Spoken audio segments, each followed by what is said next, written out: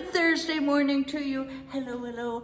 Thank you for joining. I appreciate each and every one of you. I really enjoy doing this content. This is my purpose, is to help you to declutter your space and most importantly your brain so that you can focus on those on anything that will make you profitably productive, and even we can even just settle with productive, shall we? All right, and that is why I am known as, well, Kitti Andrews, your thought organizer with Declutter the Brain.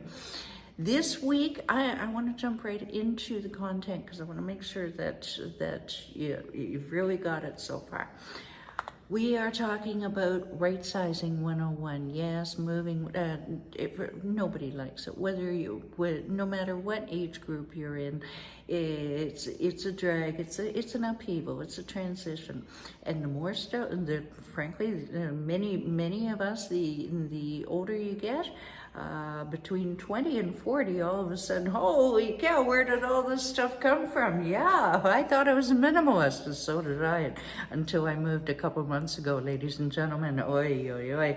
Okay, so if you will be helping your parents to right size to a more manageable home, this week it could be even more so because you've got different thought patterns, different generational ideas. So this week we're looking at simple ways that you can smooth that move, make it as easy as possible. Number one, start making lists. Make all of those lists in one, how many? One central location. This means lists what you need to do, who you need to call, the cable company, the plumber, whatever it is, and their phone numbers. Very important, especially if you're helping somebody move, because everything needs to be in one central location.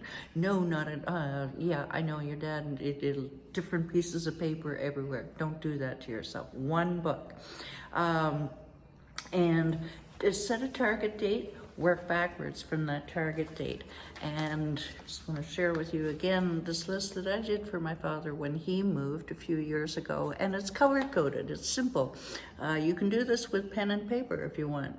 All the tasks on one side, who's in charge of it, and that was Andrew, that's me, and did it get done? It doesn't need to be as high tech as this, but something like that will definitely help allocating your tasks. Tuesday we talked about timing. When you're doing your decluttering, set yourself small, manageable increments of time, preferably in the morning when you're most alert.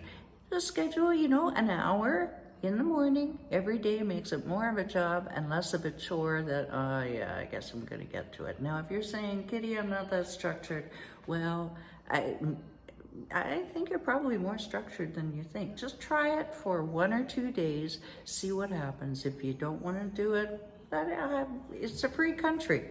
A series of free countries.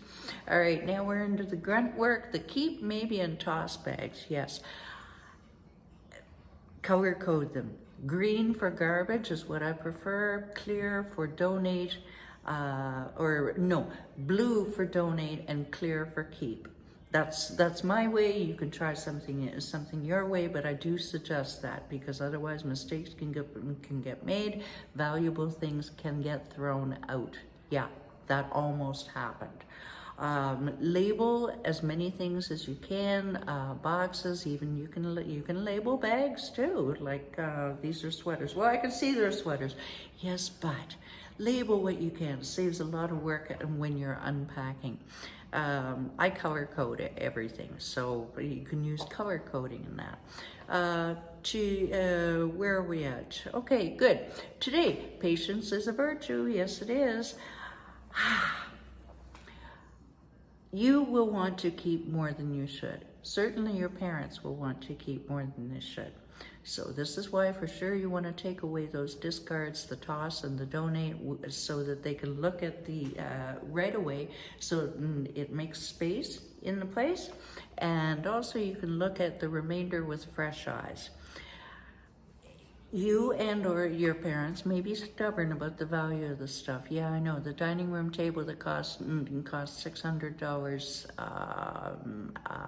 10, 15 years ago, you might get $50 for it. Okay, depending, it might be an antique, like, you know, and it might be worth a lot of money, but be realistic about it.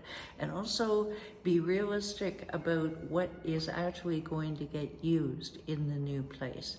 And with a few exceptions, one of my clients was an exception, but if you haven't knitted in 20, 30 years, you probably won't knit again. Give away the knitting needles, back away from the yarn.